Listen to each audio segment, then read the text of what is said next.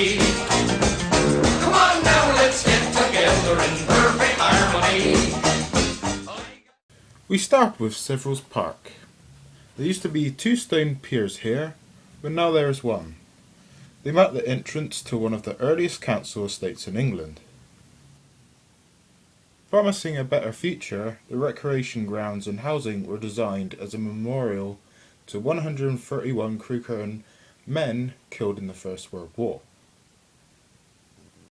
Moving on to number 3 Lime Road, this is where Private Fred Fox lived. He served in the 15th Hussars and the East Surrey Regiment and became one of the most decorated private soldiers of the First World War. Southfield House. In 1837, the noted Crewkerne builder and architect, John Patch, built this house for himself. His characteristic style may be seen in many of the town's buildings of the 1830s and 1840s. In the Jubilee year of the reign of Her Majesty Queen Victoria, on 20th June 1887, the inhabitants of Crewkerne raised, by voluntary contributions, the sum of £369.15, which was invested in £366.11, 3.5% India stock, and was added to the endowment fund of Chubb's Almshouse. The almshouses were founded in 1604 by Matthew and Margaret Chubb for the perpetual relief of 8 poor people who should be inhabitants of the town of Crewkerne and Misterton. The adjoining almshouses in West Street were built in a similar Jacobean style in 1867. Also, my great-grandfather Brown lived in number 33 and my dad would go there after school, which is the original St Bartholomew's School in Crewkerne just up the road. Number 12 Court Barton. Ralph Reeder, CBE, was born in this house on 25th of May 1903. Ralph was a Broadway and West End theatrical impresario and creator of the Scout and Royal Air Force gang shows. He died on 13th of May 1982 in London at the age of 78. Number 9 Church Street. This grand 18th century townhouse, much admired by Poet Laureate John Betjeman, housed the local council offices until they moved to the town hall in 1995. Church Hall.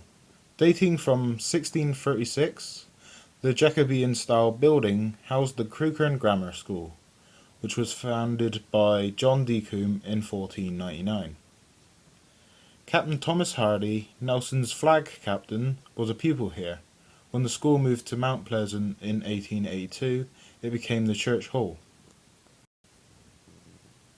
Number 3 Abbey Street. The former factory was built for the West Somerset and Devon Shirt Company.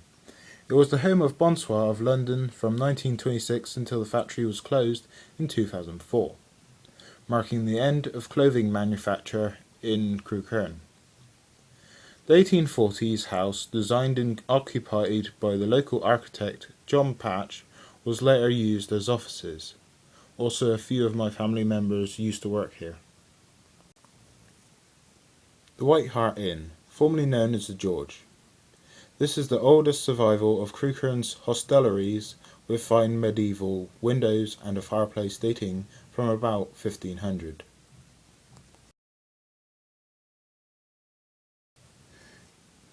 Candle Cottage. This was the home, from 1864 to his death in 1905, of Frederick Stringfellow.